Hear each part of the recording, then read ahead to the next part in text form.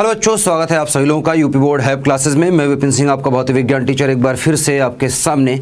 Chapter बेटा आपका start किया है सरल रेखा में गति, कक्षा 11वीं का आपका अध्याय है। और लेक्चर अगर देखें तो तीसरे लेक्चर पर हम पहुंच चुके हैं। 2 लेक्चर इस चैप्टर के हमने कंप्लीट कर लिए हैं। अगर आप अभी तक पिछले 2 लेक्चर नहीं देखे हैं, इस चैनल पर नए हैं या क्लासेस पहली बार देख रहे हैं, तो आप ज़रूर पिछले वाले क्लासेस को देखें, ताकि वहाँ से आपको एक कनेक्शन समझ में आएगा कि हम क्या पढ़ रहे हैं और कैसे उसको हम निकाल पा रहे हैं, चीज़ों को कैसे हम एक दूसरे से रिलेट कर पाएंगे। अब पिछला लेक्चर देखेंगे तो आपको बेटर समझ में आएगा। इस लेक्चर में हम वेग के बारे में बात करेंगे। हमने चाल के बारे में पढ़ लिया, औसत चाल के बारे में पढ़ लिया, तात्क्षणिक चाल के बारे में पढ़ लिया, उस पर प्रश्न भी लगा लिए। अब बारी है वेग की। वेग को जानेंगे, तात्क्षणिक वेग को जानेंगे, औसत वेग को जानेंगे और उस पर कुछ प्रश्न भी हम डिस्कस करेंगे। अगर आप सब्सक्राइब नहीं किए हैं अभी तक चैनल को, तो ज़रूर सब्सक्राइब करके रखें और नोटिफिकेशन आपको अगली क्लासेस की मिलती रहेंगी। जब भी क्लासेस आपकी होंगी तो वो क्लासेस की नोटिफिकेशन आपको टाइम के हिसाब से मिलती रहेंगी, ताकि आपकी क्लासेस मिस ना हो। तो ज़रूर से ज़रूर सब्सक्राइब करना ना भूलें, सब्सक्राइब करके रखें चैनल को। आइए स्टार्ट करते हैं। टुडेज़ एजेंडा क्या है? आज की क्लास का एजेंडा ये है बेटा, हमें जैसा कि मैंने आपको बताया वेग के बारे में जानना है। वेग मतलब वेलोसिटी, ठीक है। और वेग के ही कुछ रूप हैं, जैसे तात्क्षणिक वेग,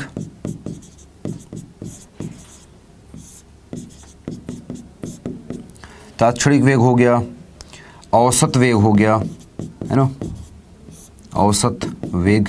तो इनके बारे में हमें पढ़ना है। पहले वेग जानेंगे, फिर औसत वेग और तात्क्षणिक वेग को भी हम समझेंगे और इस पर कुछ प्रश्न भी हम लगाएंगे। तो आइए स्टार्ट करते हैं। सबसे पहले हम जान लेते हैं वेग क्या है, ठीक है। तो एक छोटी सी चीज़ है वेग, है ना, बहुत ही बेसिक सी चीज़ है, अपने क्लास 9th में भी पढ़ रखा है। वेग को अगर हम परिभाषित करें तो क्या बोल सकते हैं? वेग क्या है? जैसे कि चाल को अगर मैं बताऊं तो चाल के लिए मैंने कहा था कि समय के साथ दूरी में परिवर्तन, ठीक है, चाल कहलाता है, जिसको हम बोलते हैं v बराबर, क्या बोला था बेटा? v बराबर ds बटा dt, ठीक है, या दूरी बटे समय। चाल बराबर क्या होता है? दूरी बटे समय। तो वहाँ पर हमने चाल को लिखा था दूरी बटे समय। चाल और दूरी दोनों अदिश राशियाँ थी, वेग सदिश राशि है, याद रखिएगा। तो वेग को हम यहाँ पर सदिश राशि है तो v से ही निरूपित करेंगे, लेकिन v पर तीर का निशान। चाल को हम निरूपित करते हैं v से, लेकिन तीर का निशान नहीं होता। ये तीर का निशान बता रहा है सदिश राशि को। अच्छा, वेग है क्या?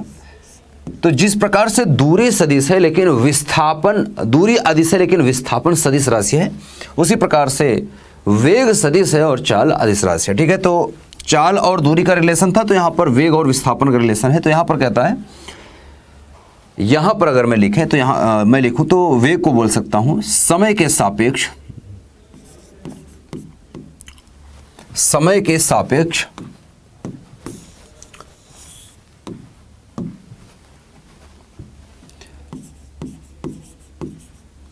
समय के सापेक्ष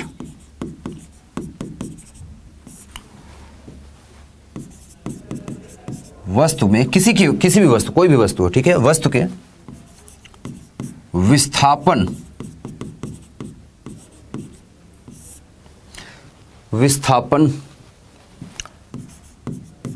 परिवर्तन को, इसको अलग अलग तरीके से परिभाषित कर सकते हैं, ठीक है।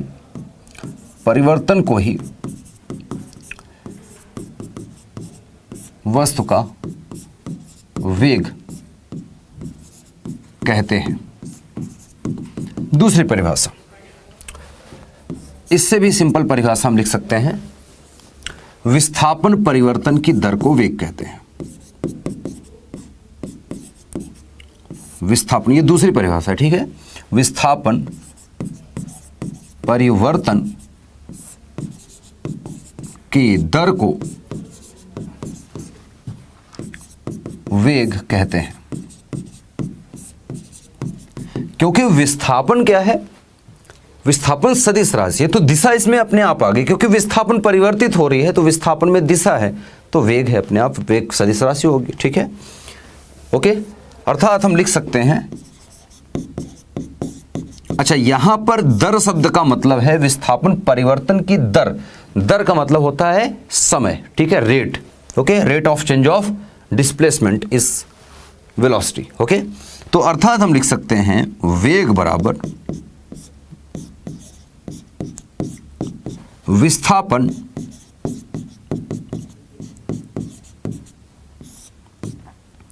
विस्थापन को हम लिखते हैं S से या R से, जैसा भी आप लिखना चाहें, लेकिन सदिश, ठीक है, और बटा समय t। अगर कोई वस्तु t समय में s विस्थापन, ठीक है, करती है तो उसका वेग हम कहेंगे विस्थापन बटा समय, जो कि s/t हो जाएगा। क्लियर है? या हम लिख सकते हैं इसको v बराबर s/t। याद रखिएगा कि विस्थापन और वेग दोनों सदिश राशि हैं, ठीक है। अच्छा, इसका मात्रक आप देखेंगे तो मात्रक क्या दिखेगा? s मतलब विस्थापन, विस्थापन का मतलब दूरी, एक तरह की दूरी है ना, लंबाई एक तरह का बोल सकते हैं, दो बिंदुओं के बीच की न्यूनतम लंबाई को विस्थापन कहते हैं। तो ये मीटर में आएगा, ठीक है, इसका मात्रक हो जाएगा मीटर, और बटे में क्या है बेटा? समय। समय किस में मापते हैं? सेकंड में। विस्थापन किस में मापा जाता है? मीटर प्रति सेकंड, जिसको हम मीटर पर सेकंड ऐसे लिख सकते हैं, या इसको हम इससे लिख सकते हैं मीटर पर सेकंड, या इसको हम ऐसे लिख सकते हैं मीटर प्रति सेकंड। सेकंड को बटे के ऊपर ले जाएंगे तो -1 लग जाता है चिन्ह, बिल्कुल ऐसी बात। तो मात्रक भी आपको पता चल गया। अच्छा, एक चीज़ याद रखिएगा, नोट, एक चीज़ आपको बता दूं, नोट पॉइंट,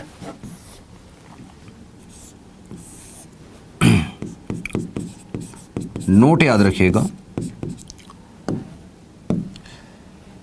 वेग एवं चाल दोनों के मात्रक मीटर प्रति सेकंड होते हैं, परंतु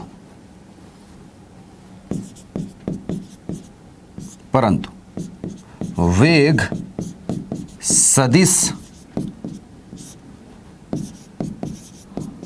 राशि है एवं चाल अदिश राशि है। जिस प्रकार से आप देखते हैं कि दूरी और विस्थापन का भी जो मात्रक है वो क्या होता है बेटा? मीटर होता है, ठीक है, लेकिन विस्थापन सदिश है और दूरी अदिश है, सिंपल सी बात वैसी ही। तो विस्थापन परिवर्तन की दर, इसको हम लिख सकते हैं विस्थापन परिवर्तन की दर अर्थात विस्थापन बटा समय। विस्थापन परिवर्तन की दर, दर का मतलब ही समय है, समय के सापेक्ष, ठीक है, दर का मतलब समय होता है, ये आप याद रखें भौतिक विज्ञान में। तो आप ये पहली वाली परिभाषा याद रखें, दूसरी वाली परिभाषा याद रखें, एक तीसरी परिभाषा भी इसकी बोली जाती है। तीसरी परिभाषा क्या बोल सकते हैं बेटा? तीसरी परिभाषा में हम विस्थापन शब्द को ना लेके दूरी को बोल दें, ठीक है। अगर किसी वस्तु की, ठीक है, दूरी को हम देखें तो दूरी बटा अगर हम समय लिखेंगे तो वैसे वो हो जाएगा चाल, लेकिन मैं कह रहा हूँ दूरी को अगर मैं दिशा के साथ जोड़ दूँ तो फिर विस्थापन ही एक्चुअली मैं बोल रहा हूँ। विस्थापन की परिभाषा प्लस उसकी दर लिख दूं, परिवर्तन की दर, ठीक है। एक निश्चित दिशा के साथ या दिशा में परिवर्तन भी हो रहा है और दूरी में भी परिवर्तन हो रहा है, तो इस प्रकार से हो रहा है, तो मतलब विस्थापन की बात कर रहे हैं, और बटे समय में समय मतलब दर निकाल लिया और वही वेग कहलाता है। तो मीटर पर सेकंड इसका मात्रक हो गया, याद रखें। अब वेग दो प्रकार के हैं, एक समान वेग हो सकता है, असमान वेग या परिवर्ती वेग भी कह सकते हैं, जिसको हम जो चेंज होती रहे। एक समान चाल और असमान चाल जैसे हमने पढ़ा था वैसा ही, एक समान वेग असमान वेग। एक समान वेग क्या है? अब वेग में एक चीज है कि इसमें डायरेक्शन है, चाल में दिशा नहीं थी, चाल में सिर्फ और सिर्फ मान था, परिमाण था, अदिश राशि थी। ये सदिश राशि है। तो इसको मैं समझाता हूं आपको। देखो यहां पर एक समान वेग और असमान वेग या परिवर्ती वेग को बताया गया है, ठीक है। पहले हम एक समान वेग पर फोकस करते हैं। एक समान वेग को क्या बताया गया बेटा?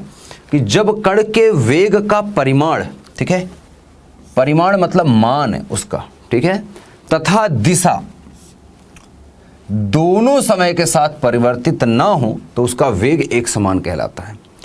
ना तो परिमाण चेंज हो रहा है ना तो दिशा चेंज हो, ठीक है। अगर ये समय के साथ परिवर्तित नहीं हो तो हम कहेंगे कि जो वस्तु का वेग है वो एक समान वेग है, ठीक है। और ऐसा केवल तभी संभव है जब कण एक सरल रेखा में बिना दिशा परिवर्तित किए गति करे। इसको समझते हैं। जैसे मैं किसी वस्तु को देख रहा हूं कि वो बिंदु ए पर है, बिंदु ए से बी तक गया, दिशा देखो इसकी, मैं दिशा यहाँ पर ऐसे बना लेता हूँ, मान लो कि ये दिशा मैं इस प्रकार से बोल लेता हूँ, पूरा पश्चिम उत्तर दक्षिण बना लूँ, ठीक है, इसको मैं बना लेता हूँ, ठीक है, ईस्ट वेस्ट नॉर्थ साउथ, दिशा हो गई। वस्तु ए से बी तक गया, दिशा क्या थी बेटा, ईस्ट की तरफ, मतलब पूर्व की तरफ चल रहा है। अगर ये इसी पे चलता रहे, और कैसा चल रहा है, मान लो ये चल रहा है v बराबर, अगर मैं लिख रहा हूं चाल, अगर इसकी लिख दूं, देखो अगर मैं इसकी चाल लिखूं और चाल एक समान चाल हो लेकिन दिशा के साथ, मतलब इसको समझना, v बराबर लिख दूं मैं 5 मीटर प्रति सेकंड। अगर मैं 5 मीटर प्रति सेकंड लिख दे रहा हूं कि a से b तक जब ये वस्तु गति की है, a से b के बीच में, तो वो 5 मीटर पर सेकंड से एक समान चाल से चल रही है, और दिशा देखो तो एक ही दिशा में चल रही है। लेकिन अगर ये b से c पर मुड़ जाए, ठीक है, v से c पर मुड़े और चाल इसकी भले ही v बराबर 5 मीटर पर सेकंड हो, लेकिन अब दिशा परिवर्तित हो गई बेटा। तो अगर a से c के बीच में मैं देखूं तो वेग में परिवर्तन हो गया है, इसलिए ये एक समान वेग नहीं है। चाल एक समान है, लेकिन टोटल में a पॉइंट से और c पॉइंट के बीच में जब ये गति कर रही है वस्तु, उसमें देखूं तो वस्तु की चाल देखो एक समान है, लेकिन दिशा क्योंकि परिवर्तित हो रही है, इस वजह से एक समान वेग नहीं है। a से b तक में एक समान वेग भी है, एक समान चाल भी है। क्यों? क्योंकि एक ही दिशा में वस्तु चल रही थी। देखो ईस्ट की दिशा मतलब पूर्व की दिशा में चल रही थी, यहां से ये नीचे की तरफ चली गई, अर्थात साउथ की तरफ चली गई है, दक्षिण की तरफ चली गई। देखो मान नहीं बदला है लेकिन दिशा बदल गई। या दूसरा हो सकता है, एक तो एग्जाम्पल ये हुआ कि मान नहीं बदला, दिशा बदल गई। दूसरा एग्जाम्पल है ये, देखो एक समान और असमान दोनों को हम देख रहे हैं। असमान वेग क्या है कि जब वेग का परिमाण अथवा दिशा या दोनों, या तो परिमाण बदल जाए मतलब मान बदल जाए, 5 मीटर है तो 3 meter, 2 meter, 1 meter, 8 meter, 10 meter ऐसा होता रहे, तब परिवर्ती है। या फिर सिर्फ दिशा बदलता रहे, पूरा पश्चिम उत्तर दक्षिण ऐसे करता रहे लगातार, या दोनों ही बदलते रहे, दिशा भी बदल रही है और मान भी बदल रहा है, ठीक है। तो इस प्रकार का अगर है तो परिवर्ती होगा, ठीक है। कोई एक हो तब भी परिवर्ती है, दिशा सिर्फ हो रही है तब भी परिवर्तित है, परिमाण अगर परिवर्तित हो रहा है तब भी परिवर्तन है, परिवर्ती वेग है, अगर दोनों भी परिवर्तित हो रहे हैं तब भी। और अगर ये सब नहीं हो रहा है तब वो एक समान है। एक समान तब है जब वस्तु एक बिंदु से दूसरे बिंदु तक जाए, उसका चाल भी एक समान रहे और एक दिशा में जाए। जैसे ए से बी तक वस्तु गई, मान लो 2 मीटर प्रति सेकंड के चाल से, तो v बराबर 2 मीटर पर सेकंड की चाल से चल रही है, लेकिन दिशा अगर मैं लिखूं तो दिशा क्या है बेटा, मैं मान लेता हूं पूर्व की ओर। ये दिशा क्या है, पूर्व की ओर। तो पूर्व की ओर चल रही है तो हमारे पास दिशा है, अर्थात इसको मैं अगर लिखूं, ये चाल है, ठीक है। वेग लिखूंगा तो v बराबर लिखूंगा 2 मीटर पर सेकंड पूर्व की ओर।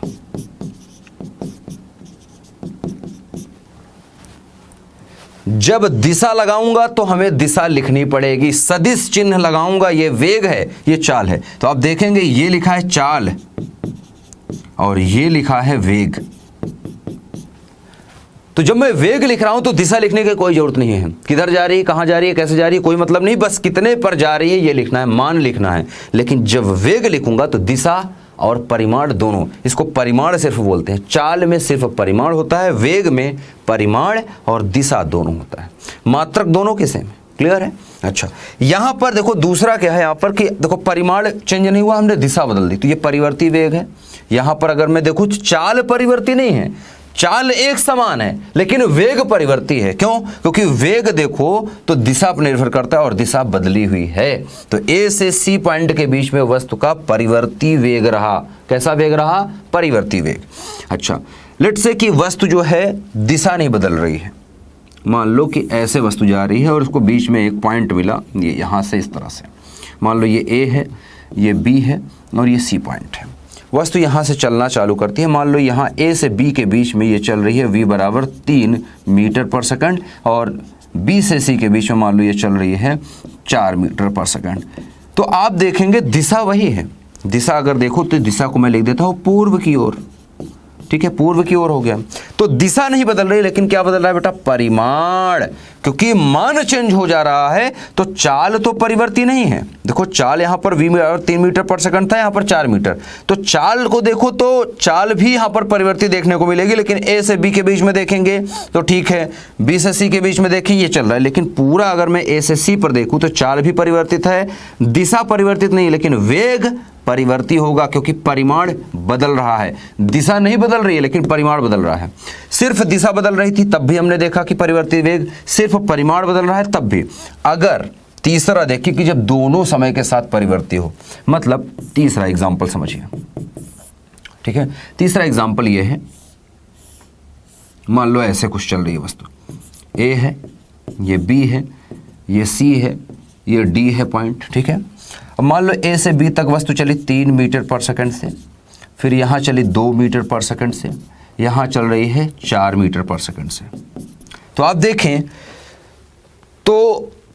तो यहाँ पर देखो क्या हो रहा है, परिमाण तो चेंज ही हो रहा है, लगातार परिमाण चेंज हुआ है। देखो परिमाण यहाँ पर 3 था, यहाँ पर 2 है, वहाँ पर 4 है, तो परिमाण भी चेंज है और दिशा भी बार बार बदल रही है। क्लियर, दिशा भी बदल रही है, तो दिशा और परिमाण दोनों बदल रहे हैं। तो दोनों समय के साथ परिवर्ती हैं, तब भी परिवर्ती वेग, तो यहाँ पर परिवर्ती वेग है, यहाँ पर भी परिवर्ती वेग है और यहाँ पर भी परिवर्ती वेग है। ये है एक समान वेग। एक समान वेग मतलब ना तो परिमाण चेंज हुआ ना तो दिशा चेंज हुई, सेम दिशा में सेम परिमाण से जब चल रही है वस्तु तो एक समान। तो ये वाला एग्जाम्पल जो आप देख रहे हैं, जिसको मैं ये ब्रैकेट में कर दे रहा हूं, ये है एक समान का एग्जाम्पल, एक समान वेग। और यहां पर जो देख रहे हैं यह है परिवर्ती वेग, और ये दोनों भी हैं परिवर्ती वेग।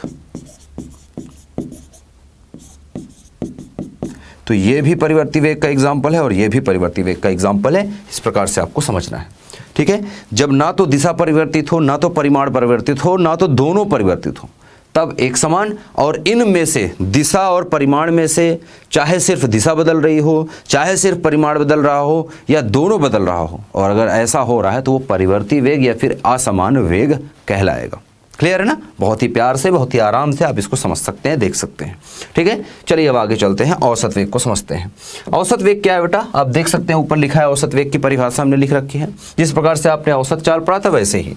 तो औसत वेग क्या है बेटा? कि गतिमान कण द्वारा, कोई भी कण गतिमान है तो कण द्वारा तय किए गए कुल विस्थापन और उसमें लगे कुल समय के अनुपात को औसत वेग कहते हैं। जैसे कुल दूरी बटे कुल समय को हम क्या बोलते थे? औसत चाल। तो कुल विस्थापन बटे कुल समय को क्या बोलेंगे? औसत वेग। तो इसका मतलब अर्थात औसत वेग में लिखूं औसत वेग, तो औसत वेग v नीचे ए वी जी लिखा जाता है। इसको मैं आपको बता देता हूं, औसत वेग को तरीके अलग अलग है दर्शाने के। जैसे वी एवरेज लिखा है, इसको मैं दिखाता हूं अभी आपको। अभी एक बार लिख लेते हैं, वी नीचे एवरेज लिखा है, एवरेज मतलब औसत, ए वी जी, ठीक है। ए वी जी के बाद डॉट लिखते हैं, पूरा एवरेज की स्पेलिंग लिखने की जरूरत नहीं है। ये हो जाएगा कुल विस्थापन,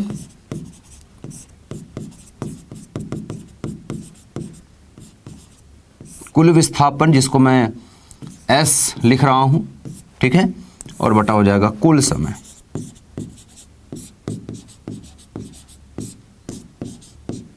ठीक, तो कुल विस्थापन बटा कुल समय को भी हम एवरेज ही लिखेंगे। अच्छा, औसत वेग को जैसे हमने लिखा है ना, प्रदर्शित करने का जो तरीका है, जैसे हमने लिखा है वी ए वी जी, या इसको आप लिख सकते हैं, औसत लिखना है तो इसको आप ऐसे भी लिखा देखेंगे, इस तरह से चिन्ह लगा के और ऐसे ब्रैकेट में बंद कर दिया दोनों की तरफ से, तो ये औसत को दर्शाता है।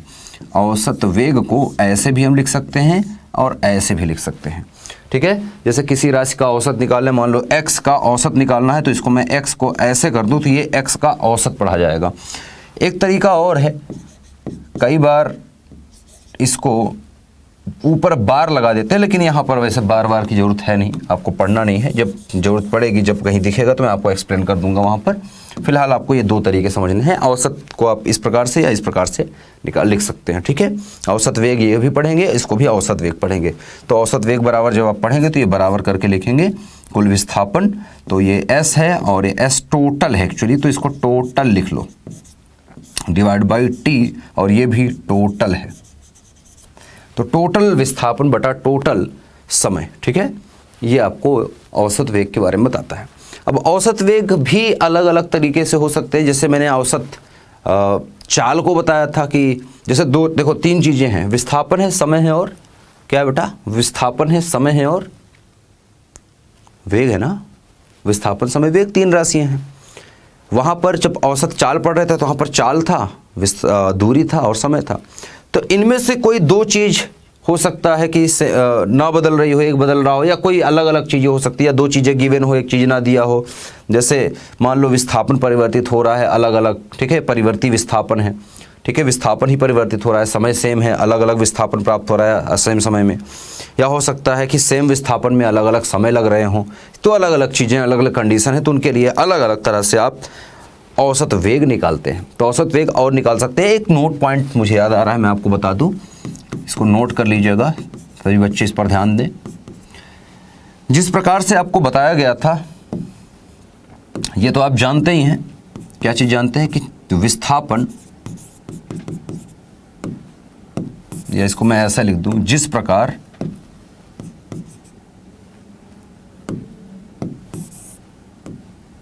ठीक है, इसको आप ऐसा लिख लीजिए, जिस प्रकार, आप ये जानते हैं, जिस प्रकार मैंने आपको ये पढ़ा रखा है पहले ही लेक्चर में, विस्थापन का मान धनात्मक, ऋणात्मक तथा शून्य कुछ भी, ठीक है, मतलब शून्य हो सकता है, ऐसा हो सकता है, ठीक है, शून्य। जिस प्रकार विस्थापन का मान धनात्मक, ऋणात्मक तथा शून्य हो सकता है, उसी प्रकार वेग का भी मान धनात्मक, ऋणात्मक तथा शून्य होता है, ठीक है। तो वेग भी धनात्मक हो सकता है। कई बार आप क्वेश्चन लगाएंगे तो पॉजिटिव आए, कई बार आप लगाएंगे नेगेटिव आएगा, कई बार आप लगाएंगे 0 भी आ सकता है। तो वेग 0 कब आएगा, विस्थापन 0 जैसे आएगा, विस्थापन 0 है तो वेग भी 0 होगा, ठीक है। विस्थापन धनात्मक है तो वेग भी धनात्मक प्राप्त होगा, और विस्थापन ऋणात्मक है तो वेग भी ऋणात्मक आपको प्राप्त होगा। अब धनात्मक, ऋणात्मक, ये वाली जो चीज़ें, इसको ग्राफ के साथ भी हम पढ़ेंगे, थोड़ा सीखेंगे इनको, है ना, कि धनात्मक कब होगा, ऋणात्मक कब होगा, तो इनका ग्राफ भी अभी सीखना है। अभी मैं बहुत ही बेसिक सी चीज़ आपको पढ़ा रहा हूँ, ये एक नोट पॉइंट लिखा दिया है, बस इसको ध्यान रखना। आगे अभी आने वाले लेक्चर में ये बहुत ही आराम से आपको समझ में आ जाएगा कि कब वेग धनात्मक होगा, कब वेग ऋणात्मक होगा। सिंपल सी चीज़ें हैं, ठीक है। अच्छा, तो गतिमान कण द्वारा तय किए गए कुल दूरी और कुल विस्थापन और कुल समय का अनुपात को ही हम औसत वेग बोलते हैं, जो कि आपके सामने लिख दिया गया। अब ये अलग अलग कंडीशंस हैं। तो एक कंडीशन आपके सामने लिखी है कि यदि वेग समय के साथ लगातार परिवर्ती हो, मतलब वेग ही बदल रहा है, ठीक है, अर्थात जो वेग है वो समय पर निर्भर कर रहा है। किस पर निर्भर कर रहा है बेटा, समय का फलन हो, अर्थात वेग जो है समय पर निर्भर कर रहा है। इसका मतलब है कि वेग, इस चीज़ को लिखा है, ये देखो औसत लिखा है, इसमें ऊपर तीर का चिन्ह लगा लीजिए, ये समय के सापेक्ष। देखो यहां पर मैं लिख दूं इस चीज का मतलब क्या है कि वेग समय पर निर्भर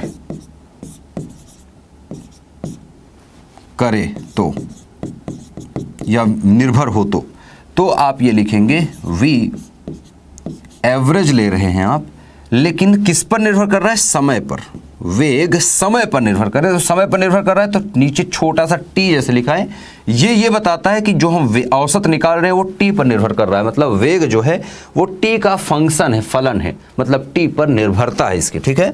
अच्छा, बराबर हम करेंगे, जो लिखा है आपके सामने वही लिख लेंगे, v dt। इसमें थोड़ा सा ऐसा है कि मोटा सा लिख देता है, इसको आप ऐसा करिए, चिन्ह लगा लीजिए, v dt बटा dt।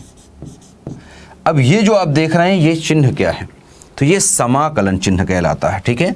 जो बच्चे जानते हो ये चिन्ह जो है बेटा, इसको हम पढ़ते हैं समाकलन, ठीक है।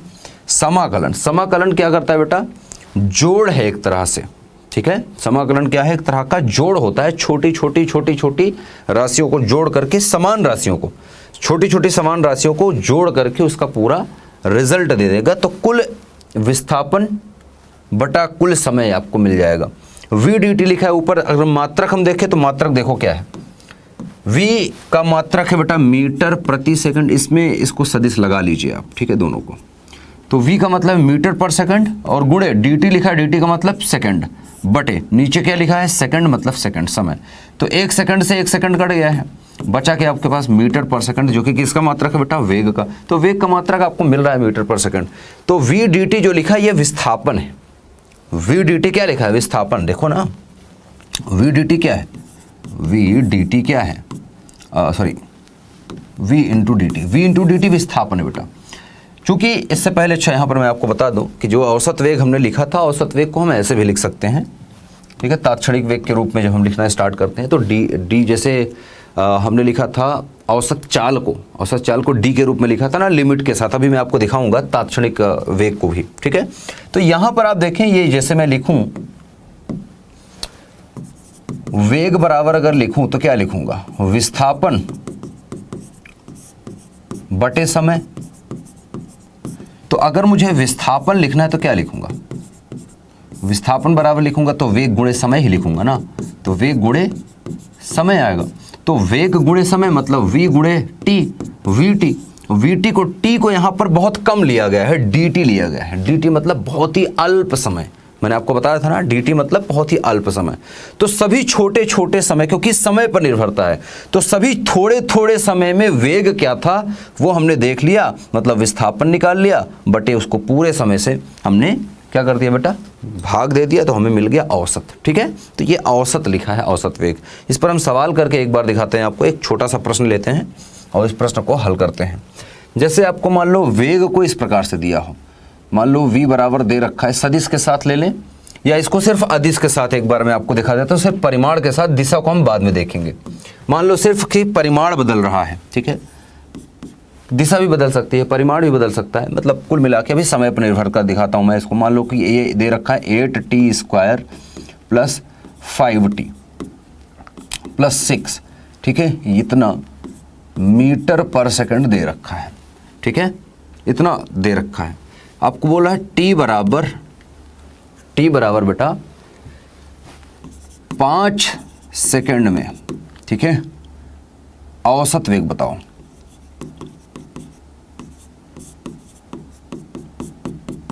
ठीक है, तो कैसे निकालेंगे, v लिखा हमने, एवरेज लिया, t पर निर्भर कर रहा है, देखो हर जगह t है, क्योंकि v का मान जो है किस पर निर्भर कर रहा है, समय पर, तो v t पर निर्भर कर रहा है। तो बराबर करेंगे, हमें फॉर्मूला पता है, क्या पता है बेटा,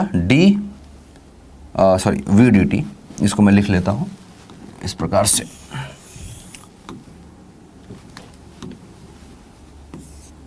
ठीक है, ये है v dt, विस्थापन हमें पता नहीं है, बटे में हम लिखेंगे बेटा dt। अब कितने में लेकर रखा है, 5 सेकंड में, मतलब जब स्टार्ट किया उसके बाद 5 सेकंड, तो 0 से 5 सेकंड इसका मतलब, तो 0 से 5 सेकंड में, तो 0 से 5 लिखना पड़ेगा। समय को हमें लिमिट लगाना पड़ेगा, कहां से कहां तक, 0 सेकंड से 5 सेकंड तक। इसको थोड़ा और बड़ा लिखता हूं तो आपको समझ में आएगा, ये बहुत इंपॉर्टेंट है। यही आपको अगर आ गया तो फिर आगे की फिजिक्स आपके लिए आसान होने वाली है। जैसे ये मैंने लिखा v, फिर लिखा dt, ठीक है, और यहां लिखा मैंने dt। तो समय कहां है, देखो dt समय के सापेक्ष समाकलन इसको बोलते हैं। तो कहां से कहां तक ले रहे हैं समय, 0 से ले रहे हैं 5 सेकंड में, और 0 से 5 सेकंड में समाकलित करना, मतलब टोटल समय हमें जो लेना है वो 5 सेकंड का है। 5 सेकंड में औसत वेग बताना है, तो ये 5 सेकंड औसत वेग अपने आप हो गया। अब देखो इसको हल करेंगे, तो v का मान लिखो यहां पर 0 से 5, और v का मान दे रखा है ये 8t² प्लस 5t प्लस 6, ठीक है, ये लिखा है। अच्छा, और गुणे में क्या लिखा है बेटा, dt, बटे में क्या लिखा है बेटा, 0 से 5 dt। समाकलन सीख लीजिए थोड़ा सा, ठीक है। अच्छा, तो dt का जब समाकलन होगा तो क्या मिलेगा, पहले मैं dt का समाकलन कर लेता हूं। dt का समाकलन करूंगा बेटा नीचे, तो मिलेगा t, और जो ये लिमिट है इसको बोलते हैं लिमिट, सीमा, ये कहां से कहां तक है, 0 से 5 तक है, इसको इस प्रकार से लिख लेंगे समाकलन जब करेंगे तो। अब देखो 8 तो देखो 8 तो नियतांक है, नंबर है, तो बाहर आ जाएगा, ये हो जाएगा 8 इंटू टी की पावर 2 है, तो जो घात होती है ना उसमें एक घात जुड़ जाती है समाकलन में, तो जब समाकलन करेंगे तो घात जुड़ जाएगी, मतलब टी की घात हो जाएगी 3 और बटा आ जाएगा, बटा कितना आ जाएगा, जितनी घात हुई है तो बटा 3, ठीक है। प्लस यहाँ लिखा है 5 तो 5 बाहर आ जाएगा, फिर गुणे टी का घात कितनी है बेटा 1, टी की घात कुछ नहीं लिखा मतलब 1, तो टी की घात कितनी हो जाएगी 1 + 1 मतलब टी की घात 2, और जितनी घात होगी उतने से बटे में हो जाएगा, प्लस 6 आ जाएगा, और यहाँ पर कोई टी नहीं, देखो यहाँ पर भी कोई टी नहीं थी तो 6 dt है, यहाँ पर 1 dt था, तो dt जब सिर्फ रहता है या 6 है, 6 तो बाहर आ गया, बचा क्या 1, तो 1 का समाकलन जो होता है वो वही संख्या होते है जिसके सापेक्ष किया जाता है। किसके सापेक्ष कर रहे हैं, टाइम, तो यहाँ आ जाएगा t, अर्थात t की पावर कितनी है 1, तो डिवाइड बाई 1 हो जाएगा, हालांकि इस पर कोई फर्क पड़ेगा नहीं, t को 1 से भाग देंगे तो, ठीक है। और लिमिट कहाँ से कहाँ तक बेटा, 0 से 5 तक, ठीक, 0 से 5 तक लगा दी। अच्छा, इसको हल कर लेते हैं, ये आ गया टी के सापेक्ष निकाल रहे हैं हम इसको, सिंपल सी बात है, इसको अगर मैं लिखूँ थोड़ा सरल कर लेते हैं, ये हो जाएगा 8 टी की घात 3 बटा 3 प्लस हो जाएगा 5 बटा 2 या 5 टी स्क्वायर बाई 2 लिख लेते हैं, और प्लस आ जाएगा बेटा 6 टी के, ठीक है। और लिमिट आप देख सकते हैं कितना है, 0 से 5 बटे में टी का है बेटा 0 से 5। अब इसको लिखने का तरीका मैं बता देता हूं, अगले एक पेज में बता देता हूं, फिर इसका आंसर यहां निकाल लेते हैं।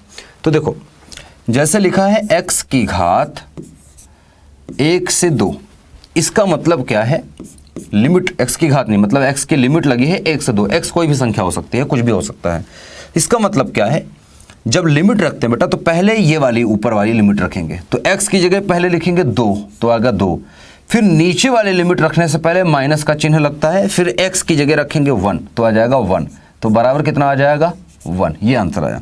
एक और सीखते हैं, जैसे y लिखा है, इसमें लिमिट रखिए मान लो 8 से 15, तो इसको जब हल करेंगे तो ये आएगा y की घात y के ऊपर क्या है 15, तो पहले 15 आएगा, y की जगह पर 15 रखेंगे, फिर माइनस चिन्ह लगेगा, नीचे वाली लिमिट रखने से पहले माइनस चिन्ह लगेगा, फिर y की जगह लिखेंगे 8, तो कितना आ जाएगा 7 आंसर, ठीक है। अब यहीं पर समझिए कि x की घात 2 है अगर, और ये लिखा है 1 से 2, सेम चीज, मतलब x की घात 2 है, तो x की जगह क्या लिखेंगे बेटा, x की जगह लिखेंगे 2, मतलब 2 की घात कितनी हो जाएगी 2, क्योंकि x की घात कितनी लगी 2, फिर माइनस चिन्ह लगाएंगे, फिर x लिखा है, x की जगह क्या लिखेंगे 1 की घात कितनी हो जाएगी 2, हल करिए इसको, तो 2 दूनी 4 और माइनस 1 कितना आ जाएगा बेटा 3 आ जाएगा आंसर, ठीक आएगा ना, ऐसे ही करेंगे।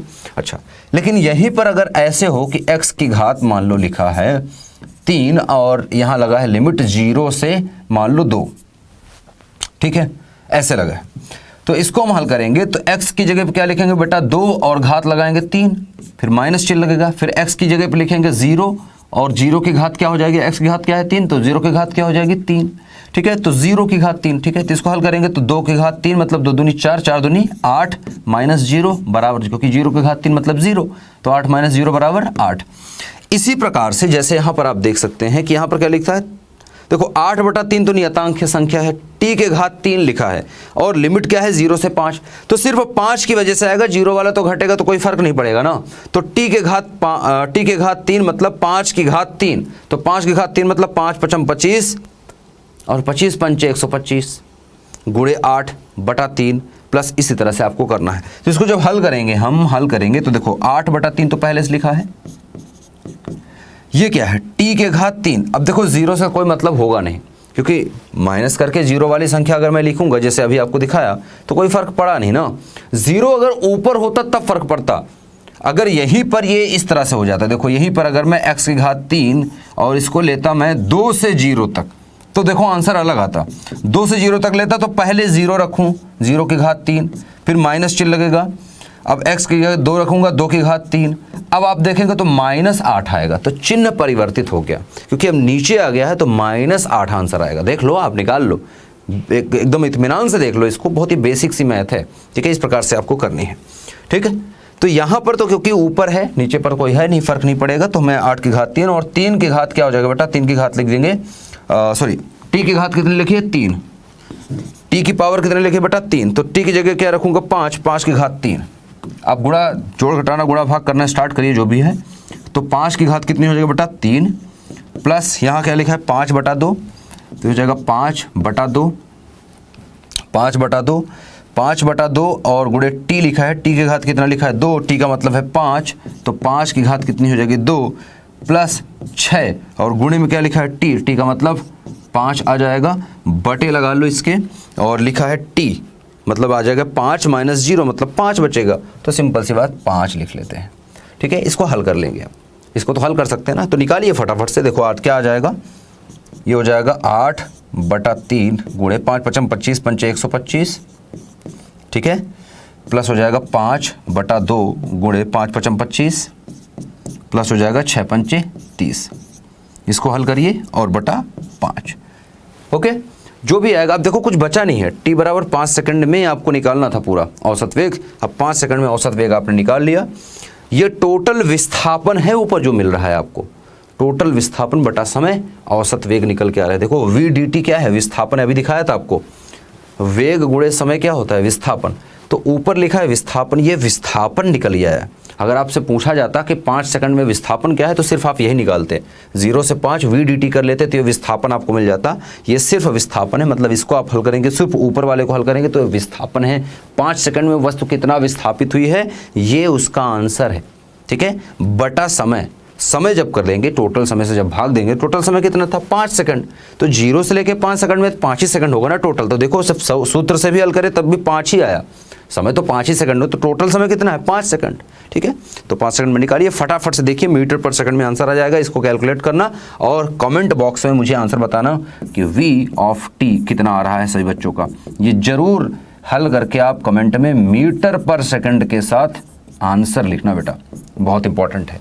अच्छा, ये वाली गणित पर मैं थोड़ा धीरे चल रहा हूँ, हो सकता है आप में से बहुत सारे बच्चों को आता हो सकता है बहुत सारे बच्चे पहली बार देख रहे हैं। तो जो बच्चे पहली बार देख रहे हैं और जो बच्चों को आता है, तो मैं ये मान के चल रहा हूँ कि जो बच्चों को आ भी रहा है तो इतना अच्छे से नहीं आ रहा होगा, तो मैं ये कहूँगा कि आप थोड़ा सा ध्यान दें, थोड़े से धीरे धीरे सीखें। इसलिए मैं धीरे से चल रहा हूँ ताकि जो बच्चों को आ भी रहा है, जिनको नहीं भी आ रहा है, सबको समझ में आ जाए। ठीक है, जिनको आ रहा है उनको और अच्छे से आएगा, जिनको नहीं आ रहा है वो भी सीखेंगे। ठीक है, तो ये छोटी सी चीज़ है समाकलन, और इसको ज़रूर सीखें। ठीक है, बहुत इंपॉर्टेंट है, पूरे फिजिक्स में लगेगी। अभी हमने बहुत ही बेसिक सा पहला क्वेश्चन स्टार्ट किया है। समाकलन और अवकलन दोनों ही आपको सीखने हैं। देखो, जब ये समाकलन का चिन्ह देखो, समाकलन के चिन्ह में जब हम लिमिट रख देते हैं, जैसे 0 से 5 लिख दिया मैंने, तो इसको कहते हैं निश्चित समाकलन, क्योंकि अब हमने निश्चित कर दिया है कि कोई भी राशि जैसे v dt थी, तो जो राशि है उसको हम 5 सेकंड के लिए ही समाकलित करेंगे। ठीक है, समाकलन कितने करना है 5 सेकंड के लिए। ठीक है, तो इस प्रकार से समाकलन में जब ये लिमिट लगा दी जाती है, जब सीमा लगा दी जाती है, तो इसको मतलब हम निश्चित समाकलन बोलते हैं। जो बच्चे गणित लेके पढ़ रहे हैं, जो बायोलॉजी लेके पढ़े हैं उनको तो नहीं, उनको आगे गणित क्योंकि पढ़ेंगे नहीं तो उनको ये चैप्टर मिलेगा नहीं, लेकिन अगर गणित के जो बच्चे हैं उनको क्लास 12th में आप देखेंगे, आपको एक चैप्टर मिलेगा निश्चित समाकलन और एक चैप्टर मिलेगा अनिश्चित समाकलन, इसी प्रकार से अवकलन का भी मिलेगा। ठीक है, तो ये चीज़ें आप सीखेंगे धीरे धीरे। फिलहाल ये छोटी सी जो गणित है, थोड़ी सी गणित, ये गणित सीखिए आप। ठीक, तो ये छोटी छोटी चीज़ें हैं, इस पर मैं एक लेक्चर लूँगा समाकलन और अवकलन पर। मैं आगे बहुत नहीं ले जाऊँगा, थोड़ा सा बीच में अब जो लेक्चर आपको देखने को मिलेंगे इसके बाद, ठीक है, वो आपको गणित पर ही लेक्चर देखने को मिलेंगे बेटा। अच्छा, यहाँ तक हो गया है, क्लियर है? ठीक है, तो अब इसका आंसर मुझे कमेंट बॉक्स में चाहिए। ठीक है, कमेंट करके मुझे ज़रूर आंसर बताइएगा कितना आ रहा है। इसी प्रकार जैसे हमने पहला तो ये देख लिया कि वेग जो है समय पर निर्भर कर रहा है, वेग समय पर निर्भर करे तो इस तरह से। अगर वेग जो है दूरी के साथ परिवर्तित हो तब क्या होगा? अगर वेग समय पर नहीं दूरी पर निर्भर कर रहा है, किस प्रकार से, मतलब कुल मिलाकर विस्थापन की बात की जा रही है, लेकिन परिमाण की बात कर रहे हैं, तो हम वेग की परिमाण की बात कर रहे हैं तो एक तरह से चाल की बात कर रहे हैं, सिंपल सी बात है, और दूरी के सापेक्ष इसका परिवर्तन देख रहे हैं। तो जब दूरी के साथ परिवर्तन देखें, दूरी का फलन हो, ठीक है, दूरी का फलन हो तो कैसे निकालेगा? अब देखो v ds लिखा है, s क्या है यहाँ पर? दूरी है, ठीक है, v क्या है यहाँ पर?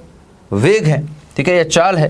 तो कुल मिला के आप देखेंगे मीटर पर सेकंड, v का मतलब मीटर पर सेकंड, और गुणे में क्या लिखा है s ds, s का मतलब मीटर, ds मतलब s क्या है? दूरी है, तो ये हो जाएगा मीटर, मीटर मतलब मीटर मतलब क्या आ जाएगा बेटा? मीटर पर सेकंड, हाँ इंटू मीटर, और बटे में लिखा है मीटर, तो मीटर से मीटर कट जाएगा, आप देखेंगे मीटर पर सेकंड ही बचेगा जो कि वेग या चाल का मात्रक है। तो इस प्रकार से आप देखेंगे तो मात्रक आपको सेम ही मिलेंगे हर जगह, ठीक है, मात्रक में परिवर्तन आपको नहीं देखने को मिलेगा। VDS का मतलब क्या लिखा है यहाँ पर, VDS का मतलब क्या है बेटा, VDS का मतलब क्या है, टोटल विस्थापन एक तरह से निकाल रहे हैं, ठीक है, क्योंकि विस्थापन पर निर्भर कर रहा है। तो एक्चुअली आप देखें तो बटे DS कर रहे हैं, तो DS के सापेक्ष हम निकाल रहे हैं क्योंकि S का फंक्शन है, ठीक है, मतलब मीटर पर सेकंड इंटू सेकंड लिखा है, मीटर पर सेकंड इंटू मीटर लिखा है, बटे में सेकंड लिखा है। अब इसको निकालेंगे अगर, या इसका हम एक एग्जाम्पल देखें तो इसका एग्जाम्पल देख लीजिए। जैसे V का मान इस प्रकार से दे रखा है कि V बराबर है, मान लो 5 x की तरफ ले लेते हैं, मान लो x की डायरेक्शन में वस्तु जा रही है, मतलब इस प्रकार से है, ये x डायरेक्शन है, ये y डायरेक्शन है, ठीक है, इस प्रकार से, और वस्तु इस तरफ जा रही है अगर, तो x के सापेक्ष, s का मतलब कुछ भी हो सकता है, s का मतलब हो सकता है x की डायरेक्शन, y की डायरेक्शन, z की डायरेक्शन, या कोई और डायरेक्शन, ठीक है, कुछ भी हो सकता है। s मतलब कुछ दिखाने का तरीका है। तो मान लो 5x² प्लस दे रखा है 2x, इतना ही दे रखा है, इतना मीटर पर सेकंड दे रखा है, इतना मीटर पर सेकंड दे रखा है। अब आपसे कहा जा रहा है x बराबर 5 या x बराबर कुछ और बदल लो, 6 बदल लो, या थोड़ा सा कम ले लेते हैं, छोटी संख्या ले लेते हैं, जल्दी हो जाएगा, क्योंकि आपको तरीका सीखना है, आंसर तो आ ही जाएगा, ठीक है। तो यहां पर जैसे मैं बोलूं x बराबर 3 मीटर, ठीक है, में आपको बताना है V एवरेज, ठीक है, क्या होगा। तो जब आप 3 मीटर में निकालना, अर्थात 0 से 3 मीटर में, ठीक है, 0 से 3 मीटर की बात कर रहे हैं, नहीं तो मैं लिखता कि x बराबर 3 मीटर से x बराबर 8 मीटर के बीच, ठीक है, तो x बराबर 3 मीटर से x बराबर 8 मीटर, तो फिर लिखता नीचे 3 और ऊपर लिखता 8, लेकिन अगर मैं सिर्फ 3 बोल रहा हूं तो मतलब 0 से 3 लिखूंगा, ठीक है, यहां पर लिमिट। तो V निकालेंगे जो कि समय, जो कि विस्थापन निर्भर कर रहा है, विस्थापन यहाँ पर एक निश्चित दिशा में है जो कि है x डायरेक्शन, तो यहाँ पर आ जाएगा बेटा ds की जगह पर, क्योंकि s का फंक्शन नहीं है, किसका, x का हमने ले लिया है, तो x का लिया है तो यह dx बन जाएगा। तो फार्मूला देखोगे तो ये बनेगा v dx, क्योंकि x के साथ ये परिवर्तित हो रहा है ना v, तो x है तो dx आएगा, y होता तो dy लिखते, z होता तो dz लिखते, पीछे वाले में भी ऐसा, ठीक है, और नीचे क्या है, ये आ जाएगा dx। क्लियर। अच्छा, लिमिट यहाँ पर हमें लगाएंगे जब हम इसमें मान रखेंगे, तो इसको अगले पेज पे ले लेते हैं। तो हमारे पास आ गया है v जो कि x पर निर्भर है, और सूत्र हमने लिख लिया है v dx बटे dx। जब इसको हल करेंगे तो यह आ जाएगा बेटा 0 से 3, क्योंकि 0 से 3 मीटर में हमने बोला है। v की जगह पे क्या लिख लेंगे बेटा, v की जगह 5x² प्लस 2x, तो 5x² प्लस 2x आ गया हमारे पास, और इनटू में dx आ गया, और बटे में हम लिख लेंगे 0 से 3 और ये आ गया dx। ओके, तो dt था जब समाकलन में, dt था, देखिए तो dt का क्या आया था, dt का क्या आया था t, तो dx क्या आएगा बेटा, dx का क्या आएगा, x आएगा, इतना तो आपको पता चल गया। नीचे क्या आ जाएगा, x आ जाएगा, और कहाँ से कहाँ तक, 0 से 3 मीटर में हम बोल रहे हैं, सिर्फ 3 मीटर में आपको बताना है कि कितना एवरेज निकल के आ रहा है, ठीक है। अच्छा, ये 5 है तो इसको फिर से उसी तरह करते हैं, 5 x की घात 2 है तो ये हो जाएगा x की घात 3 बटा 3, ठीक, क्योंकि पावर बढ़ जाएगी, एक समाकलन में पावर बढ़ती है, अवकलन में पावर घटती है, क्योंकि ये जोड़ होता है, समाकलन का मतलब जोड़ना, अवकलन का मतलब होता है तोड़ना, टूटना, ठीक है, भाग करना, छोटे छोटे पार्ट करना, और ये हो जाएगा 2 इंटू एक्स की घात कितनी हो जाएगा बेटा 2, और बटे में आ जाएगा 2, ठीक। लिमिट क्या लगी है बेटा, यहाँ पर लिमिट लगी है 0 से 3। हल करिए फटाफट से, फिर वही तरीका है, सेम चीज निकाल रहे हैं आप, ठीक।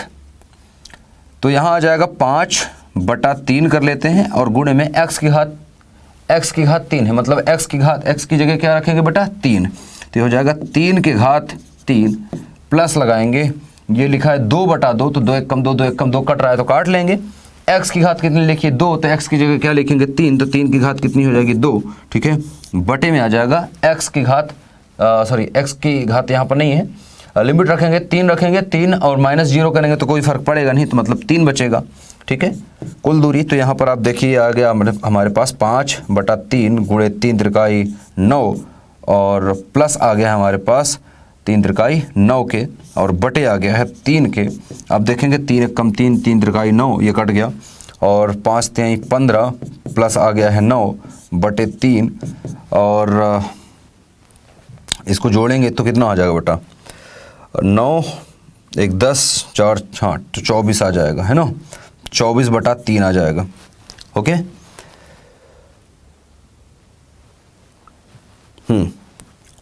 ठीक है 24/3 तो 3 8 है 24 8 मीटर पर सेकंड आ जाएगा। तो आप देखेंगे कि 0 से 3 मीटर में उसका औसत वेग कितना आ गया बेटा 8 मीटर पर सेकंड। तो वस्तु का औसत वेग जो है 8 मीटर पर सेकंड आ चुका है। इस प्रकार से आपको हल करना है, बहुत ही बेसिक सा है, इसको आप सीखें, इस पर थोड़ी सी प्रैक्टिस करना। जिस प्रकार से मैंने ये ले लिया, आप कुछ भी लिख लीजिए। जैसे आप यहाँ पर v मान लीजिए कि v बराबर में मुझे दे रखा है, ऐसे कुछ मान लीजिए कि y की घात 2 + 3x + 3y। देखो मान सेम रखना, जैसे y ले रहे हैं तो y ही लिखेंगे, x नहीं लाना बीच में, ठीक है। अगर वो आएगा तो मैं फिर बताऊंगा कैसे होता है, वो अलग चीज़ है, ठीक है।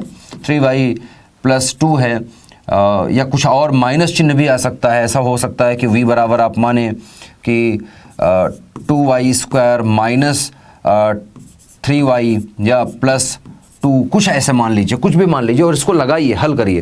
फिर कुछ समय ले लीजिए कि मान लो x बराबर 10 सेकंड में मुझे देखना है या 10 मीटर पे देखना है, x बराबर 10 मीटर में मुझे निकालना है, ठीक है। इस प्रकार से प्रैक्टिस करके आना, ठीक है। तो प्रैक्टिस बहुत जरूरी है, प्रैक्टिस करके आइएगा। नेक्स्ट लेक्चर में आपको तात्क्षणिक वेग जरूर बताऊँगा मैं, तात्क्षणिक वेग के साथ साथ आपको समाकलन के बारे में और बताऊँगा।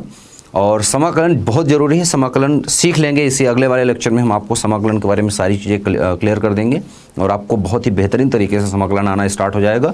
तो नेक्स्ट लेक्चर में हम समाकलन और तात्क्षणिक वेग को समझेंगे और कुछ प्रश्न भी लगाएंगे। तो फिर से मिलेंगे नेक्स्ट लेक्चर में।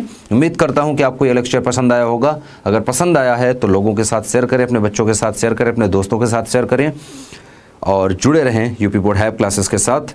चैनल सब्सक्राइब करके ज़रूर रखिएगा। फिर मिलते हैं, तब तक के लिए बाय बाय।